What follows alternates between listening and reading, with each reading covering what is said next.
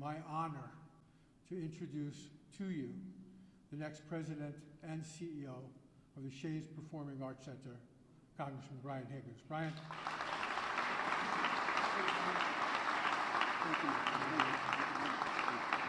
Thank you. Thank you very much.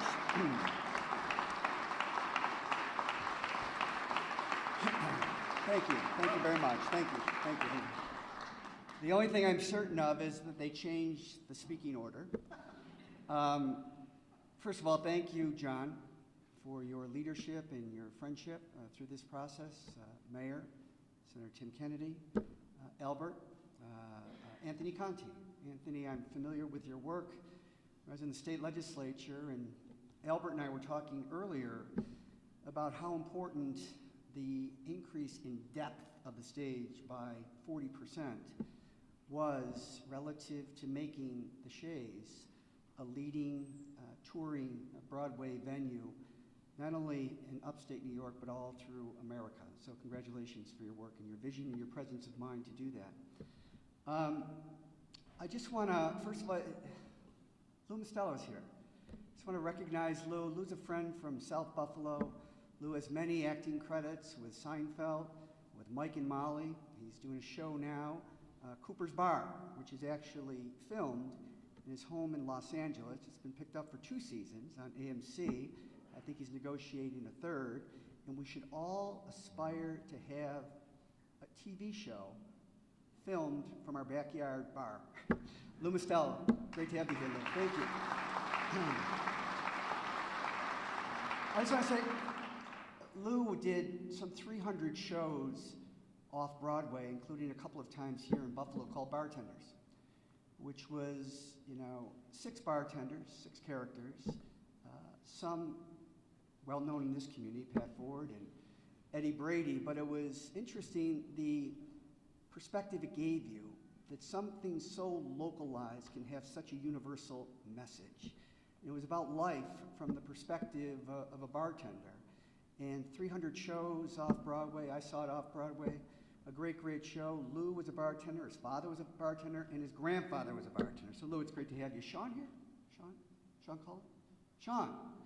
Sean Cullen, another South Buffalo guy with many credits. He's here to the production of Sean. Yeah, Brian. How are you? He was in Michael Creighton alongside George Clooney. He played George Clooney's brother. Sean would have preferred to have George Clooney play his brother. But great to have Sean. He's at Road Less Traveled down the street. And great to have you, Sean, and thank you very much for being here. So I was trying to make a connection between politics and the theater. Not easy to do. And I stumbled across a guy who I've admired for a long time. His name is Oscar Eustis. Oscar is the artistic director at the Public Theater in Lower Manhattan on Astor Street. And he lectures on the connection between theater and democracy. And he argues that the theater is important because democracy is important. And the theater is the art form through which our democracy was established. They were established at the same place, Athens, Greece, at the same time, at the end of the 6th century. So my connection is that I went back to my evolutionary roots, but I didn't think I'd have to travel 2,500 years to get there.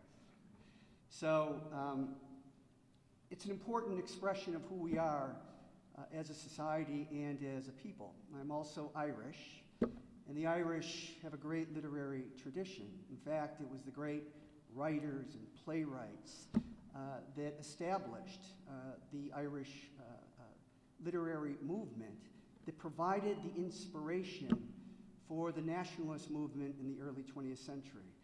The Easter Rising, it wasn't soldiers that fought that battle, it was poets. They had beautiful hearts, but they got slaughtered. But they still had a deep sense of what it is to be a visionary in a country that seeks to remove an invasive influence. Also the founder of this beautiful facility, Michael Shea. Michael Shea was born of Irish immigrants in St. Catharines, moved to the old First Ward of Buffalo, ran a saloon on Elk Street, lived on Catherine Street. He was also an iron worker. And he had this vision about what a major theater house, or several of them, could mean to a community like this. This was the final one. This was his opus. This was the Wonder Theater. And as you can see, it's beautifully ornate. The other connections to the theater, my dad was on the city council in the 1970s, where this was scheduled for the potential of demolition. And the council voted to issue a request for proposals, but then they voted in the end to give this over to the Shays O'Connell Preservation League, or the Friends of the Shays, which would lead the restoration. In 1978, Bruce Springsteen opens Darkness on the Edge of Town tour here at the Shays. I had the West Box with 15 of my closest friends. Kurt Mengel, who ran the theater at the time, came up. He was very, very concerned because we were a little bit exuberant, and I think he was afraid that the West Box was going to fall off of the wall. So this is a great opportunity. This is a great time to be in Buffalo. You know, I used to teach history and economics, and I wrote a course based on Mark Goldman's book called The Rise and Decline of Buffalo and Western New York. It was the economic history of Buffalo and Western New York. And we would chronicle the rise and decline of Buffalo's economy dating back to the 1901 Pan American Exposition. And at that time, Buffalo was the 8th largest economy in all of America. But even more importantly, all the great artists, the architects. Now, architecture, as the biographer David McCullough teaches us, is the most unique art form because we live in it and amongst us. It defines us as a civilization, it defines us as a community.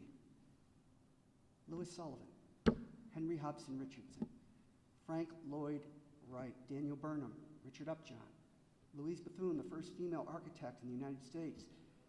None of them were from Buffalo, they came to Buffalo.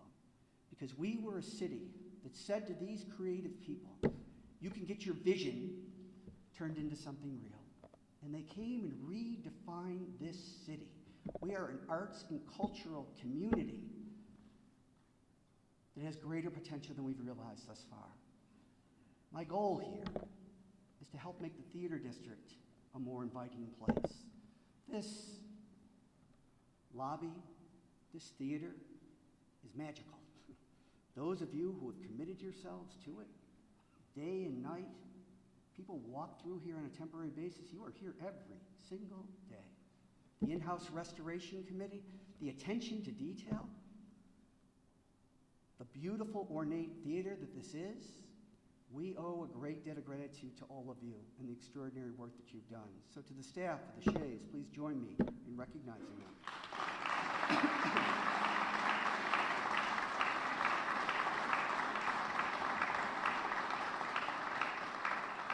So let me just say this. The theater is about opening and closings. It's about the tragic and the magic. It's about the destination, but it's about the journey. And whenever theater dives deep into the darkness of human nature, the thing the theater never destroys is hope and the promise and the power of redemption. This is a story right in the midst of all of us about those things that we all value. So today's a day to give thanks for many things. I thank you for the opportunity that you give me and gave me to represent this extraordinary community in the United States Congress.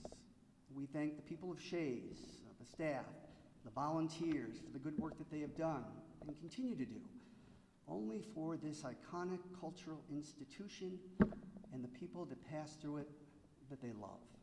And finally, we give thanks to a good and generous nation. A good and generous nation that makes this day and all of our days possible. Thank you for being here.